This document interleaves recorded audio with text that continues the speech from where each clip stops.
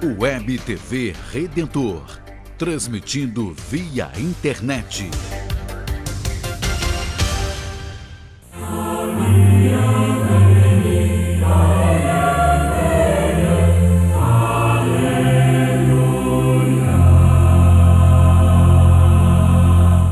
Que a paz e a alegria do Senhor Jesus Cristo ressuscitado esteja no coração, na vida de todos vocês, caríssimos irmãos e irmãs. Final de semana, domingo, dia do Senhor, nós bendizemos a Deus por podermos participar da comunidade, da celebração eucarística, de podermos estar junto com os irmãos e irmãs e celebrarmos a ressurreição de Jesus. Para todos nós é sempre uma oportunidade e agradecemos a Deus de podermos celebrar essa presença do ressuscitado no meio de nós. Acho que é muito importante que nesses tempos de tantas mudanças, tantos questionamentos em relação à fé, nós testemunhemos em quem nós cremos e como o crer em Cristo nos faz ser sinais dele nessa sociedade. Ao mesmo tempo, meus irmãos e irmãs, nós estamos em 2013, ano da Jornada Mundial da Juventude. Já escutamos tantos ecos de países de longe que fretam aviões, ou então de perto que alugam os ônibus para virem ao Brasil e ao Rio de Janeiro para essa Jornada Mundial da Juventude. É o espírito que deve reinar no coração de cada um de nós, de quem quer acolher essa experiência de Deus. Tanto acolher bem os que vêm, como também de celebrar juntos esse belo momento na história da nossa igreja aqui no Brasil, que é único, momento único de todos nós, de tal maneira colocar, ajudemos o mundo a sempre. Entusiasmo juvenil pelo bem, para fazer o bem, para vir cada vez melhor. Nós vamos daqui um pouco, mês de fevereiro, nós vamos iniciar a campanha da fraternidade, na quarta-feira de cinzas. E a campanha da fraternidade é sobre a juventude. Ela foi escolhida pela nossa Conferência Episcopal justamente por causa da Jornada Mundial da Juventude. Aproveitando da Jornada Mundial da Juventude, também se escolheu ter como tema, durante a Quaresma e também durante o ano todo, o tema da juventude. Portanto, é mais um jeito de nós aprofundarmos a nossa missão junto aos jovens. Sabemos que junto com a Jornada Mundial da Juventude, que acontece no Rio de Janeiro, teremos as Semanas Missionárias por todas as dioceses do Brasil, teremos a Jornada Universitária, também em Belo Horizonte, que são momentos de celebração em comum, mas que todos nós queremos juntos dar o testemunho da comunhão e da unidade, junto com o Santo Padre, o Papa Bento XVI, aqui no Rio de Janeiro, para celebrarmos de 23 a 28 de julho a nossa Jornada Mundial da Juventude. Estamos fazendo de tudo para receber bem a todos que para cá virão no Rio de Janeiro e para podermos viver juntos esse belo momento de encontro com Cristo, de peregrinação, de pessoas que buscam a Deus para caminharmos juntos e depois sermos enviados pelo Santo Padre para ir e fazer discípulos entre as nações. Os jovens, os que já são adultos, os idosos, enfim, todos queremos participar em loco aqui nessa cidade que tem grandes eventos, mas o maior deles, sem dúvida, é a Jornada Mundial da Juventude e a beleza da juventude de contagiar toda a juventude do mundo aqui no Rio de Janeiro. Portanto, irmãos e irmãs, realmente nesse tempo comum que nós vamos vivendo, celebrando o Dia do Senhor, vibremos também com esses belos momentos, essas oportunidades que nós temos, como é celebrar, vivenciar mais uma Jornada Mundial da Juventude, a primeira no Brasil, segunda na América Latina, a primeira em língua portuguesa. Realmente serão belos momentos, mas mais do que isso, é a oportunidade de vibrar juntos. E todos os demais trabalhos que vão acontecendo, como também a peregrinação da cruz, do ícone de Nossa Senhora, a semana missionária, a semana também da jornada universitária. São momentos importantes de eventos que vão acontecendo, mas para que nós ainda melhor celebremos esse momento central, que é a Jornada Mundial da Juventude aqui no Rio de Janeiro. Louvamos a Deus e por todos vocês que estão se preparando, todos aqueles que estão buscando realmente, né, essa presença aqui no Rio de Janeiro, e vamos vivenciar com entusiasmo e com alegria. Nesse terceiro domingo do tempo comum, eu queria começar recordando com todos vocês um texto que eu acho muito interessante, bonito também e profundo, né? Que é a primeira carta aos Coríntios, né? Nós vamos ler nesses momentos iniciais do tempo comum durante o ano, na segunda leitura desses domingos, quando são domingos de tempo comum, os capítulos 12 e 13 da primeira carta aos Coríntios. Começamos já domingo passado. Domingo passado nós líamos justamente na segunda leitura a primeira carta aos Coríntios, dizendo que é uma diversidade de dons, mas o Espírito é o mesmo. Ministérios diversos, mas uma só fé e um só Senhor. Há diversas operações, mas é o mesmo Deus que opera tudo em todos. E a cada um é dada a manifestação do Espírito para o proveito comum. Um é pela sabedoria, outra palavra de ciência, enfim, essa diversidade de dons. Unidade e diversidade. Hoje, nesse final de semana, nesse terceiro domingo do tempo comum, a comparação continua.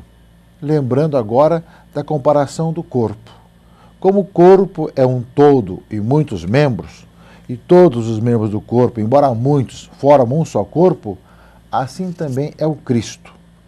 Em um só Espírito, fomos batizados todos nós, para formar um só corpo, judeus ou gregos, escravos ou livres, e todos somos impregnados do mesmo Espírito. Assim o corpo não consiste em um só membro, mas em muitos. E vai depois continuar dizendo, né, que cada um precisa do outro. Se o pé dissesse, eu não sou mão, por isso não sou corpo, acaso deixarei de ser corpo? E assim vai, essas comparações do apóstolo Paulo, né? Deus dispôs no corpo cada um dos membros como lhe aprouve. Cada um tem uma função, mas uma unidade. Ora, caríssimos irmãos e irmãs, essa primeira carta aos Coríntios, né, que capítulo 12, depois capítulo 13, traz para nós umas reflexões muito importantes para a nossa vida de comunidade, para a nossa vida de igreja. Eu creio que nós estamos aprendendo, por mais que já saibamos disso desde que Cristo pregou e que depois os apóstolos anunciaram, sabemos que nós somos chamados a ser unidos, que todos sejam um. Há uma comunhão, há uma unidade, devemos ter a mesma fé, o mesmo batismo, a mesma caminhada de podermos ver essa comunhão e essa unidade. Porém, é uma diversidade. Cada um tem carismas diferentes, dons diferentes, como fala, inclusive, a leitura de hoje, a segunda leitura, que cada membro do corpo tem uma função. A mão tem uma função, o olho tem outra função, o ouvido outra função, enfim, cada um tem uma função, mas para que haja uma harmonia em tudo isso. Quando sabemos, meus irmãos e irmãs, algo não vai bem conosco, né, todo o corpo sofre. Todos nós sofremos. Com a mão não vai bem, com o olho não vai bem, enfim, todo o corpo sofre. Mas cada um tem uma função. Quer dizer, nós temos uma certa comunhão, uma unidade, embora uma diversidade de funções. A igreja é chamada a viver essa comunhão. Na mesma fé, no mesmo batismo, no mesmo trabalho, né? Dá uma diversidade de trabalhos, mas dá uma comunhão que nos faz viver essa diversidade de uma maneira muito bonita. E isso talvez nem sempre apareça com muita clareza. Há grupos, às vezes, que falam muito de uma certa uniformidade. A igreja, na sua diversidade, hoje sempre teve uma diversidade de ritos litúrgicos, no Oriente, no Ocidente, mesmo no Oriente com essa diversidade, no Ocidente também havia ainda muito mais diversidade, né? Ao mesmo tempo, hoje temos as diversas línguas, né, que celebram a liturgia. há uma diversidade de situações e mesmo de dons. Na igreja também tem aqueles que são contemplativos, que vivem uma vida de oração, de sacrifício, de silêncio, nos seus conventos. Existe aqueles que têm o carisma da missão, que saem dos seus países, vão para outros cantos do mundo, pregando e anunciando o Evangelho, de casa em casa, em todos os cantos, né? Instalando, iniciando a igreja, onde nem existe ainda cristãos. Existem aqueles que têm a missão de governar a comunidade, de estar a serviço, né, do pastoreio da comunidade. Existe aqueles que têm aquele trabalho social, de preocupar-se com os necessitados, com os pobres, com a diaconia da igreja, com a preocupação com aqueles que são empobrecidos. Enfim, há uma diversidade muito grande. Algumas vezes eu tenho visto que essa diversidade, em vez de se completar na paróquia, no regional, no nacional, às vezes na igreja, em vez de nós sentirmos que há uma diversidade que se complementam, se começa a ter dissociações e até brigas entre si e depreciação. Eu creio que aí está o nosso grande pecado. O grande pecado de todos nós, quando muitas vezes, em vez de vermos essa diversidade e nos ajudarmos mutuamente para que isso tudo nos leve a anunciar o Evangelho com alegria e com coragem, muitas vezes o que acontece é a divisão. Né? Ai daqueles pelos quais vem o escândalo. Né? E nós sabemos, meus irmãos e irmãs, que fundamentalistas existem em todos os cantos, em todos os lados, em todas as religiões, todas as ideologias, todas as situações. Né? Nós somos chamados a olhar e ver o que é que o Senhor pede de nós. Como é que nós podemos viver? Como nós podemos caminhar nessa diversidade, mas numa procura de unidade? Eu creio que, iniciando, né, agora o tempo comum, depois do tempo do Natal, que nós vemos, Advento e Natal, e esperando a chegada da Quaresma, que nos conduzirá à Páscoa, nesse tempo comum, nessas 5 semanas entre o Natal e a Quaresma, eu creio que para podermos ver a encarnação do Verbo, supõe de todos nós, meus irmãos e irmãs, né, esse reconhecimento da beleza da diversidade.